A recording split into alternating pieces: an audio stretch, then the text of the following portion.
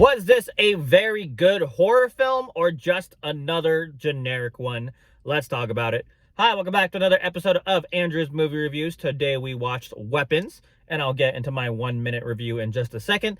Before that, though, please subscribe for more movie reviews and just me in general. But yeah, this film, I don't really like horror films, but I do think this is a good watch, even if you don't like horror films. So I'll lead you with that, and then we'll jump into the 1 minute review, and I'll give you the skip time if you're here from TikTok or Shorts or whatever. Welcome back to another episode of Andrew's Movie Reviews. Today we watched Weapons. My initial reaction: holy fucking shit. This movie was so much. Like, I can't even describe it without spoiling how much this film was, but like, oh my God. I'm going to start by saying this. I don't watch a lot of horror films. I hate horror films, and not just because I'm a little bitch, but I just think most of them are kind of crappy, right? This was not one of them. Out of all the horror films I've seen, this is definitely top 3, and it would be 1. I just can't think of any other horror films I've watched that are this good. So if it is number 1, I wouldn't be mad, right? It was super good, right? First of all, the acting was very, very good, especially from the child actors. Like the main child actor, Alex, he is super, super good, right? And the horror in this film, it's not like crazy creative horror, like it's generic, but it's done very well, if that makes sense. And I know I don't watch that many horror films, so I guess I don't really have many examples to go over, but it was super good. Also, the story is super, super good. I don't know if I want to spoil exactly how it's told, but let's just say, from what I've seen, it is not like a traditional horror story. Maybe, I don't want to spoil anything, but it's kind of like Tarantino-y in a way, if you watch Tarantino films. So it's just really good, right? I just like, there's some parts, I don't want to call it a slow burn, because it was good for most of the parts, but I actually found it was most entertaining during the horror segments, which is weird because I'm a little bitch kind of, and the horror segments are usually my least favorite.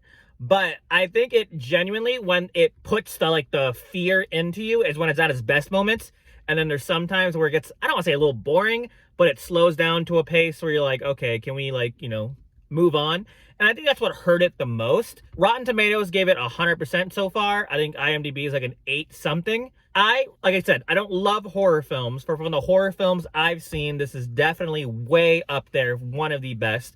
Super creative, super well done. Just a lot of very positive things. And that's why I feel comfortable giving it like either an 8 or an 8.2. I'll decide when I get home. But at least over an 8, right? And I do recommend, if you like horror films, absolutely watch this. If you don't like horror films, I recommend it. But either way, at some point you should watch this, whether it's in theaters or it's on like Netflix in a couple of months. I think it's a good watch. So yeah, thank you guys so much for watching. If you watched it, did you like it? Did you hate it? What would you rate it? And then yeah, have a fantastic rest of your day. Please subscribe and goodbye. Okay, for our full movie review, I'll try to be spoiler free for a sec, and then I'll get into the spoilers. But like I was kind of saying about the story, I love the way it was told, because it kept like making you want to it kept leaving questions for you that you need to get answered, right? Like, this crazy thing just happened, and then it's like cut to a different scene and like, what just happened? When are you gonna explain it? And then sometimes it'll take a while to explain it, but like, it's never like in a way where it's like frustrating. Maybe a little bit, but I definitely always kept me asking questions, right? And there's they always leave little breadcrumbs that like you can recognize and like figure things out over time. Like, hey, I saw that important thing in that one scene, and then this next scene I can see the actual important thing and I can connect it, if that makes sense, right? Again, trying to be super spoiler free, but yeah, I think this is a great movie to pay attention to every little detail. It's a great movie, even if you don't want to pay attention to every single detail. Like, just if you're there for the ride, it's a good watch, right? And like we said, the acting was really good, especially with the children actors. Like, I don't think there's a single bad child performance. There's not a lot, right? Like, they have like their background roles, but they're not like speaking roles. But like, they play crazy kids very well, let's put it that way, right? Especially the main kid, Alex. He is super, super good in this film. Like, genuinely, if they had like Kids' Choice Awards, but it was like Kids' Oscars, like only kids, he would win the Oscar for Best Actor. That's how good the kid was. But yeah, everyone else was good too. I mean, Silver Surfer girl, whose name I'm gonna forget, I guess Julia Garner. She was super good. Josh Brolin was super good. Like, nothing about this film wasn't, there's, like I said, there's some okay parts, but nothing was bad. There's nothing bad about this film. But yeah, I'm still kind of creeped out. There was a little bit, speaking of story, I guess, one of my least favorite things, the things I hate about horror movies, is like stupid horror people logic. There was a little bit of that. Nothing like crazy stupid, but there were some kind of stupid parts. Let's put it that way. But again, that's the horror movie. It's supposed to build tension, right? But yeah, let's just talk about spoilers real quick. So spoiler warning, if you haven't watched the film yet, watch that and then come back. So I want to talk about this before I forget, the stupid horror moments, right? So the Silver Surfer girl, Julia Garner, I think it's her name. If not, yell at me. Like, some of the stupid shit she does, like when she sleeps in the car, like, how the fuck do you forget to lock your car?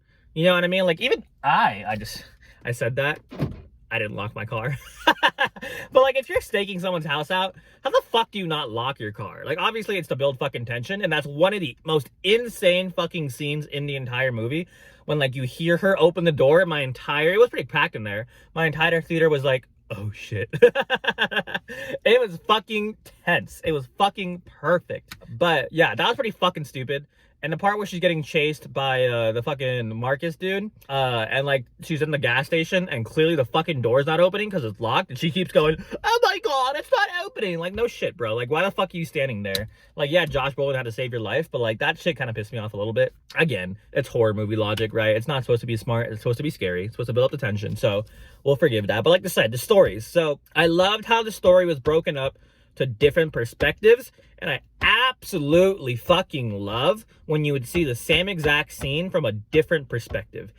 And like, it just tied everything in so nicely. And like I was saying about some parts being revealed, like the part where you see Marcus like running through the fucking gas station like crazy as shit, like you don't even see what happens until like I think like a story or two away.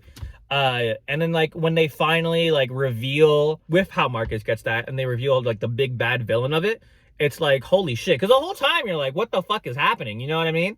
And like they always drive home this like they always tease this point about parasites. Like on the classroom wall they have parasites, and in the classroom they're learning about parasites, and then they're watching a documentary about parasites. And then your whole time it's like, do they have parasites like growing out of them? Like, what's going on? And then it's revealed to be like, I guess more like witchcraft. So I guess I don't understand what the parasites part was about. I don't know if it was like a red herring or something. But yeah, the reveal that the crazy aunt was the fucking villain doing some like straight up fucking witchcraft was like crazy. Like, it's not exactly what I expected, but it was good.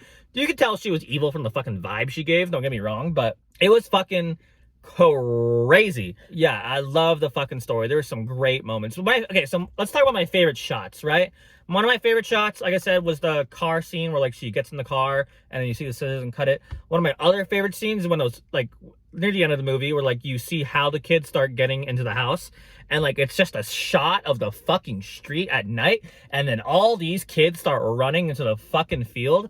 That shit was so fucking creepy and so well shot. The lighting in this film was so fucking good. It's obviously generic horror lighting, but like it had a certain like style to it, I guess you could call it, right? One of my other favorite shots, because it was fucking hilarious, was when she's getting chased by the children, the evil aunt getting chased by the children, and it's that dude mowing his fucking lawn, and he looks over and she's a fucking woman running and all these kids following behind.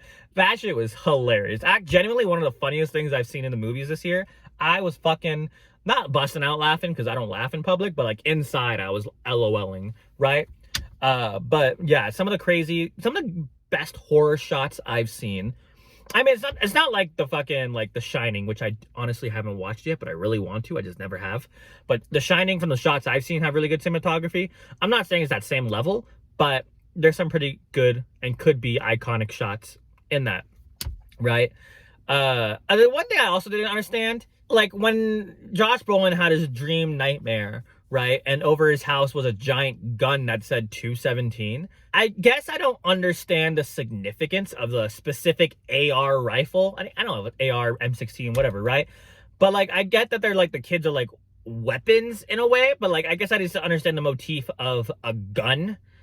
I guess it's just because it's a weapon, right? Maybe I'm just overthinking it too much. The dream sequences are pretty cool. The fucking creepy lady, again, cool as fuck. Yeah, I love the sound design in this film. The sound design was super good.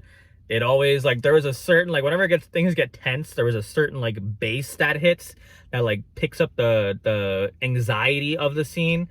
Everything about this film was, like, well done, well thought out. It was good. Genuinely, one of my favorite horror films I've ever watched.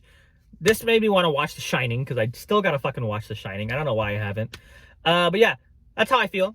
Let me know how you guys feel. Did you like it? Did you hate it? What would you rate it? Like I said, for the 1 minute review, I would give this, like I said, I'm feeling an 8.2. I've changed my mind. I want to say an 8.2. Just talking about it made me like it more. So yeah, I don't know where that puts it on my rankings, but we'll see when I post the letterbox. But yeah, next time I actually want to watch, because apparently there's like PG movie that came out. It's like a family movie, but apparently it's really good and it intrigued me.